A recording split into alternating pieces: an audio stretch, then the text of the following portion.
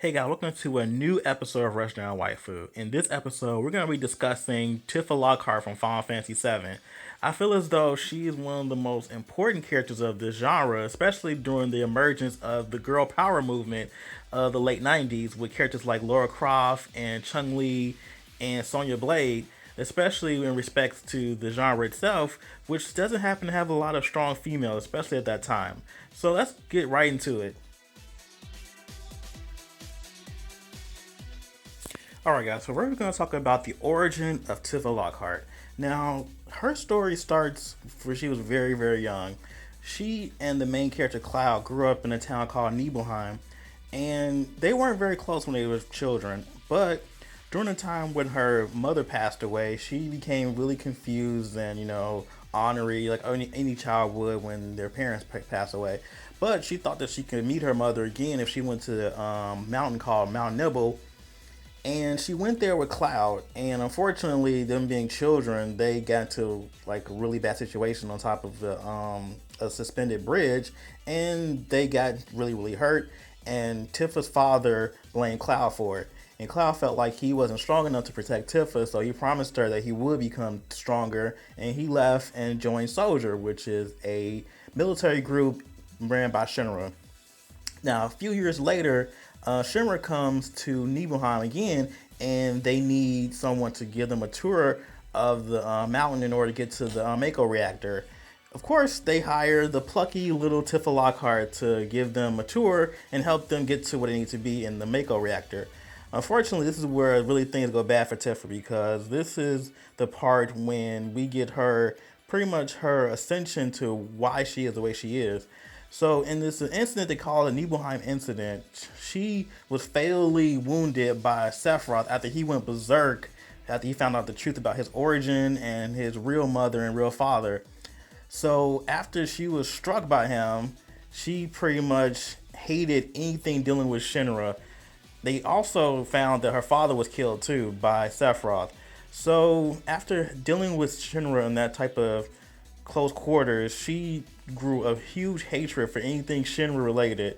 So after the incident, a few years later, she joined up with AVALANCHE, which was started by Barrett, which is a anti-Shinra task force, like eco-terrorist group that they want to do in order to put a stop to Shinra and the Mako and all the bad things they were doing to the planet. So that's pretty much the long and short of Tifa Lockhart's ascension to being a character in the game. And what's important is that during the beginning drafts for the game, it was revealed in the Final Fantasy VII Ultimania that she was only going to be a side character. She wasn't actually going to be a playable character in the game. She was just going to be, a character that cheers them on and, gives them pep talks and things like that. So I'm glad that they were able to, I guess, put her actually in the game, because I feel like the game would have not been the same if she wasn't in it.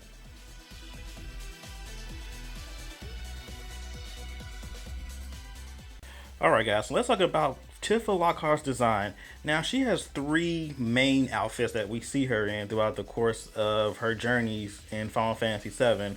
Her first one that you see in the Nibelheim incident was her cowgirl outfit. It's not really all that great. It's just kind of like a basic cowgirl setup with skirt and this jacket. It's pretty basic. Not that fun.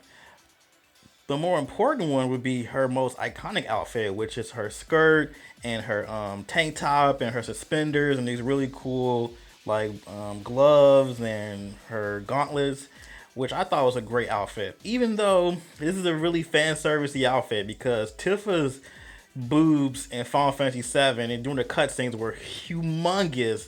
Like, her proportions was ridiculous during the time period. And I know this is a fan service thing. Now, it was said that a lot of the choices they made for her outfit was because they wanted her a free range of motion because of the type of fighting style she does, which is Zangan, and they figured a fighting character needs to have a lot of motion, a lot of range, a lot of, be able to stretch and all that good stuff. I think it's a lot of bull. I think that this mainly because they just wanted her to look hot and just, it worked because she looks incredible. I think this is probably, even though it's kind of fan servicey with her being pretty much skinny clad and had these huge tits, it still is a very powerful outfit. The fact that it's very simple, yet it still has it's very effective in the fact that it draws your attention to her and how she looks. Then in Advent Children, they decided to really shape her outfit to be more realistic for like a real woman, the way they would look and how they would dress if they're a fighter. Because I mean, as much as I love her original outfit in Final Fantasy VII, it didn't look very functional. Now her outfit in Advent Children, the movie, it looked really functional, and they did downsize her boobs a lot, like a lot. Like I think she went from maybe a D cup to maybe a B, maybe. I'm not too sure. But I do like the fact that the way it looked in Advent Children, it looked really graceful, especially when she's fighting.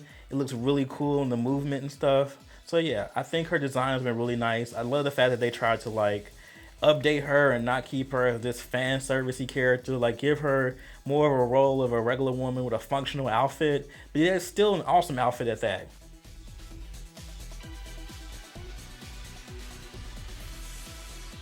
Alright guys, so now we're going to talk about the fighting style of Tifa Lockhart. Her fighting style is derived from Zangan, who was her master in Nibelheim.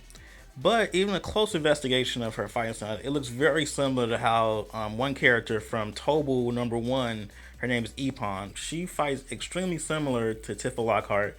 And the reason why I say this is because when you play games like Guys later on, which uses like a lot of the same assets from Tobal #1 and 2, when you see Tifa Lockhart's character, she uses almost the exact same moveset as Epon.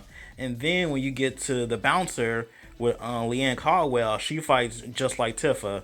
So I'm pretty sure that Epon was kind of like the precursor to Tifa Lockhart's fighting style.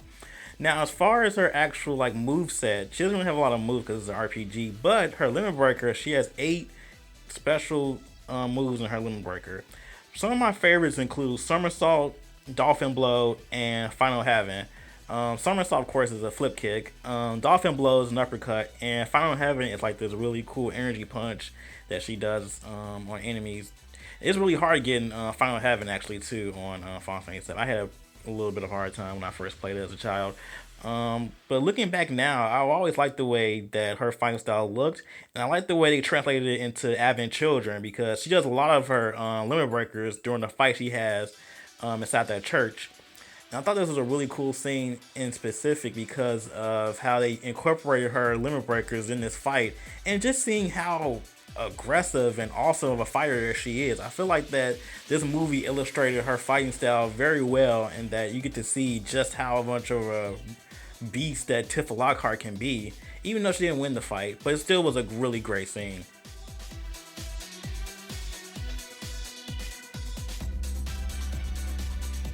Alright, so my final thoughts is that I feel like Tifa Lockhart was a breakout character for her time period because of the whole emergence of girl power movement in the late 90s.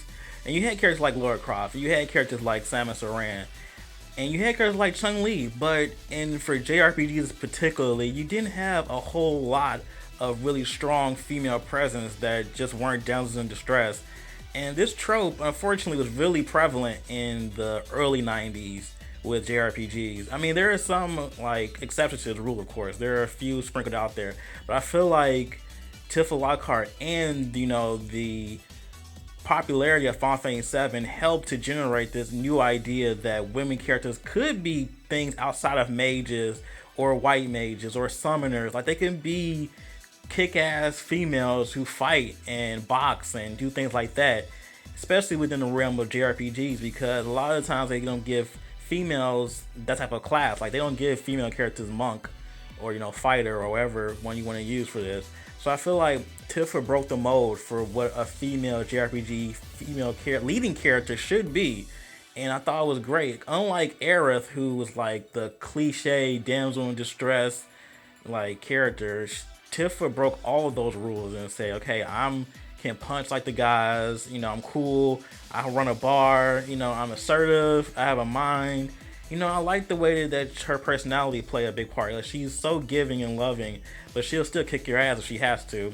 And I love how she balances out Cloud too within the game, because he's very self-loathing and he definitely suffered from depression and bipolar just from playing the game. And I love how Tifa kind of like balances him out. So yeah, I love Tifa Lockhart. I think she's great. I think she's awesome. And I'm glad that she's able to inspire people since her debut. Thank you for listening to this video. If you like this, please subscribe to our channel and get more videos. And look at our other stuff we have on the channel. And check us out on Facebook at facebook.com/Rushdown Radio. Thanks for tuning in, guys. We'll see you next time.